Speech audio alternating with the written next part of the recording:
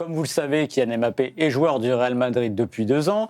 Kylian Mbappé empile les buts avec le Real Madrid depuis 2 ans, mais Kylian Mbappé ne gagne pas de titre avec le Real Madrid et ça fait grincer des dents les Madrilènes, surtout quand ils voient ce qu'il se passe durant cette Coupe du Monde avec un Kylian Mbappé buteur, rassembleur, travailleur. Et ça, Martin, ça ne plaît pas trop aux supporters du Real Madrid.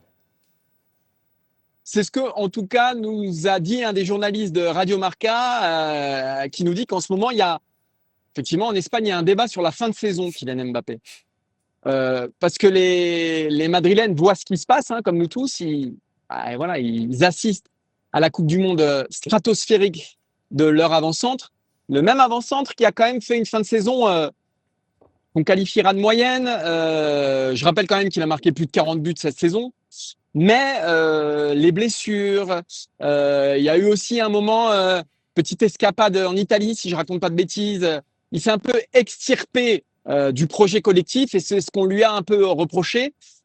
Et là, t'as deux sons de cloche du côté de Madrid. T'en as qui se disent c'est génial, ça prouve qu'on a le meilleur joueur du monde dans notre effectif et qui sont très fiers. Et d'autres qui disent ouais, mais enfin, la fin de saison, c'est pas ce qu'il nous a montré. Est-ce qu'il s'est pas préservé? Voilà, donc t'as ces deux trucs-là. Il y a aussi une troisième voix qui nous dit que les supporters de Madrid voient la Coupe du Monde de Bellingham. Ils ont vu aussi à un degré moins quand même la belle Coupe du Monde de Vinicius. Oui. Ils voient aussi la Coupe du Monde de Mbappé et ils se disent que finalement le problème c'était pas les individualités au Real, c'est peut-être le contexte, c'était peut-être l'entraîneur, c'était peut-être le Real tout court. Oui, je suis assez d'accord. Si Mbappé était le seul à faire une bonne Coupe du Monde, on pourrait dire OK. Même si je pense que il fait, en fait, c'est la tarte à la crème, mais je vais le redire, il est en mission. C'est-à-dire que sa mission, elle dure 1 mois. Il faut se dépouiller sur 1 mois et donner plus potentiellement que ce qu'il donne habituellement, ne serait-ce que dans le travail défensif, dans une forme d'implication collective. Et avec l'équipe de France, c'est simple, puisqu'il a le brassard. Est-ce que le Real aura ça à la rentrée ? Je suis pas certain, voilà. Mais une chose est sûre, il n'est qu'une petite partie du problème madrilène, tu l'as dit. Enfin, quand on voit la Coupe du Monde de Jude Bellingham, quand on voit aussi ce que fait Vinicius, on peut se poser des questions sur le Real Madrid, sur la gestion de ce club, qui est une constellation de stars et qui fait que c'est pas parce que vous avez 3 types qui brillent chacun de leur côté qu'ils vont briller ensemble. Je veux dire, ça c'est vieux comme le monde, c'est vieux comme le foot. Le PSG en est l'exemple ultime.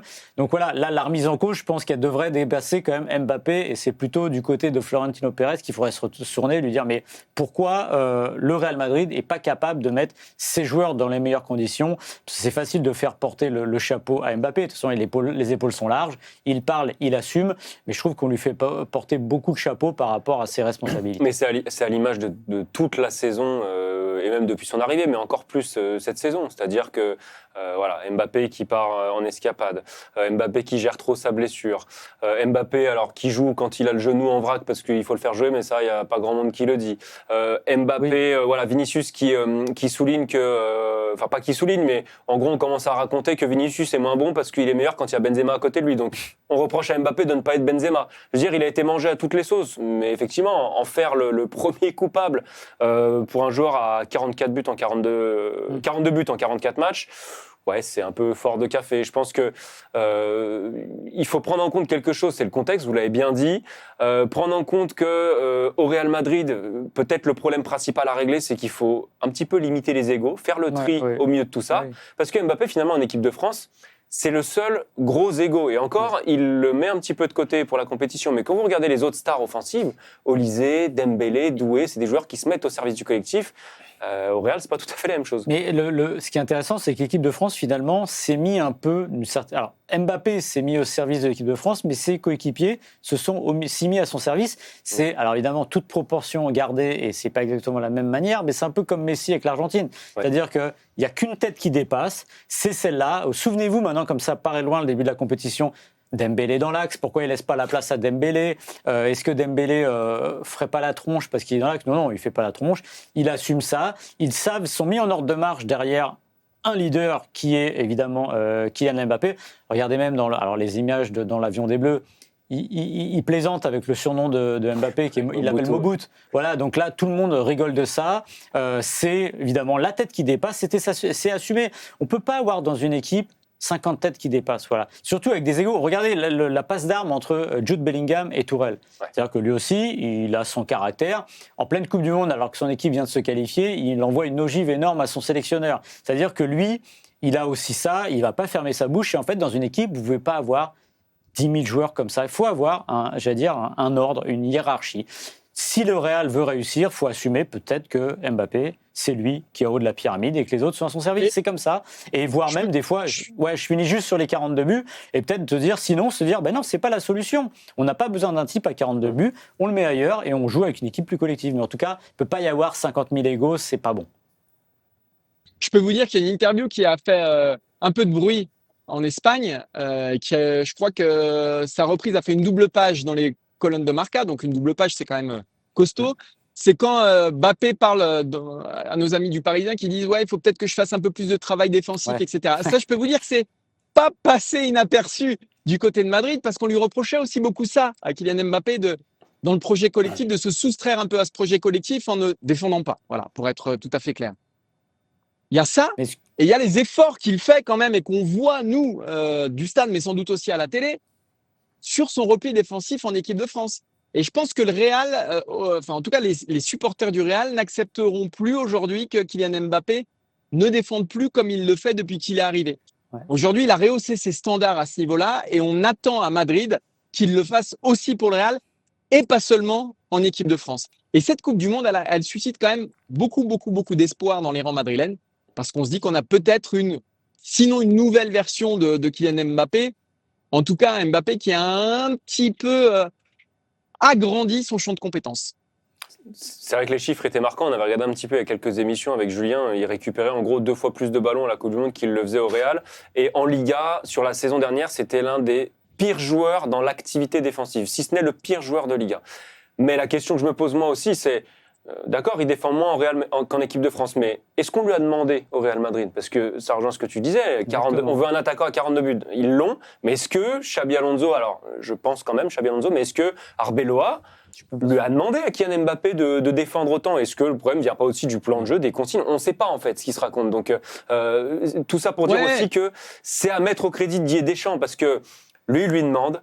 Il sait y mettre la forme, il sait comment lui demander, il sait comment faire passer des messages. Je suis même pas sûr qu'il lui ait demandé. Ouais, peut-être qu'il il a fait l'effort. En fait, ce qui s'est passé, le problème, c'est que Kylian Mbappé, il s'est emparé du sujet dans The Bridge, et puis il s'est mis à en parler tout seul. C'est pas Didier Deschamps, et même Didier Deschamps dit plutôt le contraire depuis des mois et des années, et même depuis le début avec Kylian Mbappé. Il lui dit, moi, c'est un mec qui marque des buts, je lui demande pas de défendre.